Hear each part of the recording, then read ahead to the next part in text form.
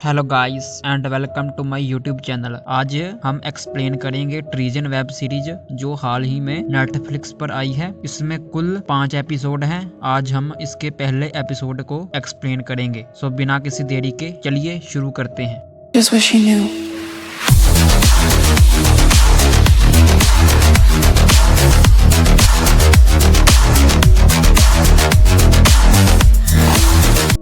हम एपिसोड के शुरू में देखते हैं एक स्नाइपर ने एक कपल पर एम किया होता है। तब अचानक एक लड़का घर से बाहर आता है तो स्नाइपर उस पर एम लॉक कर देता है। इस सीन के बाद हम 5 दिन पहले वाले सीन पर चले जाते हैं। यहाँ हम देखते हैं कि एक व्यक्ति कुछ बच्चों के साथ बातचीत कर रहा होता है। वह व्यक्ति MI6 एजेंसी का एजेंट होता है। वह व्यक्ति MI6 में एज ए डेप्टी हेड काम कर रहा होता है। नेक्स्ट सीन में हम एक व्यक्ति को देखते हैं जिसका नाम मार्टिन होता है। वह व्यक्ति MI6 एजेंसी का हेड होता है।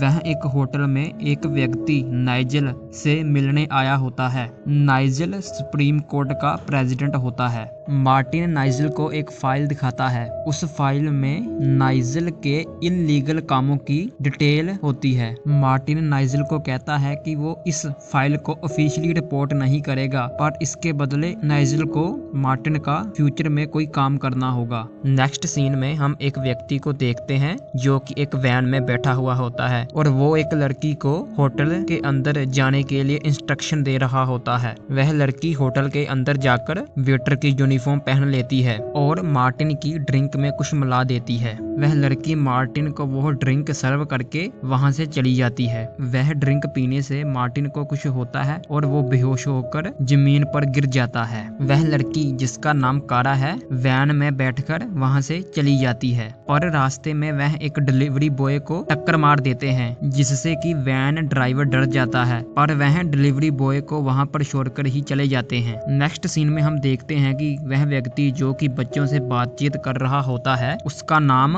एडम लवारेंस है और उसको इस सारी घटना की जानकारी दी जाती है। यह सुनते ही एडम वहां से चला जाता है और जाने से पहले अपने बेटे को शांत रहने के लिए बोलता है। एडम का सिक्योरिटी इंचार्ज एडम को बोलता है कि मार्टिन को हॉस्पिटल में एडमिट करा दिया गया है। एडम पहले तो ओलामाइड को कॉल करता है जो कि चीफ ऑफ स्टाफ होता है और बाद में फॉरेन सेक्रेटरी को इस घटना की जानकारी देता है। फॉरेन सेक्रेटरी एडम को MI6 एजेंसी का हेड नियुक्त कर देती है और एडम को तेजी से काम करने के लिए बोलती है। क्योंकि एडम MI6 एजेंसी का हेड बन गया होता है इसलिए प्रोटोकॉल के अकॉर्डिंग कुछ फॉर्मेलिटीज पूरी की जाती है। उसकी हार्ट बीट स्कैन की जाती है और उसके फिंगरप्रिंट भी लिए जाते हैं और उसे बताया जाता है कि जोई अब से उसकी असिस्टेंट होगी। जोई एडम को बताती है कि कुछ समय बाद उसकी मीटिंग CIA डायरेक्टर और NATO चीफ के साथ होगी। एडम को उसकी वाइफ मैड्स की कॉल आती है तो एडम उसको मार्टिन के बारे में सब बता देता है और ये भी बता देता है उसे MI6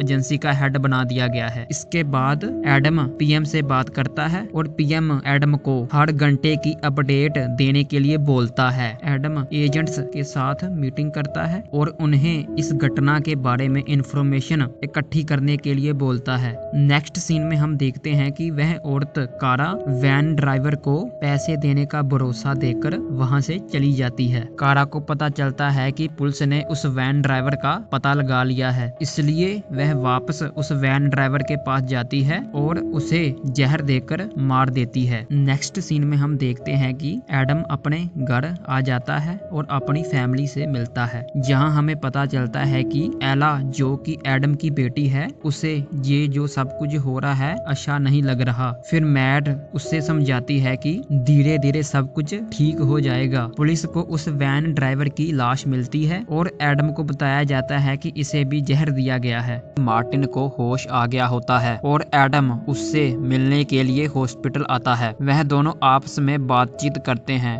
मार्टिन एडम को उसकी प्रमोशन के लिए बधाई देता है और साथ में यह भी कहता है कि किसी पर भी यकीन मत करना। एडम के जाने से पहले मार्टिन उसको किताबों के लिए धन्यवाद देता है। यहाँ पर एडम सरप्राइज हो जाता है क्योंकि उसने कोई भी किताब नहीं लाई होती। फिर एडम उन किताबों की फोटो खींचता है और वहाँ से चले जाता है। एडम उन किताबों के नाम पर कुछ इन्वेस्टिगेशन करता है और वहाँ से उसे एक एड्रेस मिलता है। इसके बाद एडम उस लोकेशन पर जाता है और वहाँ पर जाकर उसे पता चलता है कि वह किताबें कैरा ने वहाँ पर रखी होती है ताकि एडम इस एड्रेस पर पहुँच सके। यहाँ पर हमें यह पता चलता है कि एडम और कैरा पहले दोस्त हुआ करते थे। कैरा एडम को बताती है कि उसने मार्टिन को जहर दिया है और ये भी बताती है कि उसे SVR एजेंसी से बाहर निकाल दिया गया है। SVR एक रशियन स्पाई एजेंसी है। जब एडम उससे पूछता है कि उसे क्यों निकाला गया है तो कैरा बताती है कि तुम्हारी मदद करने के कारण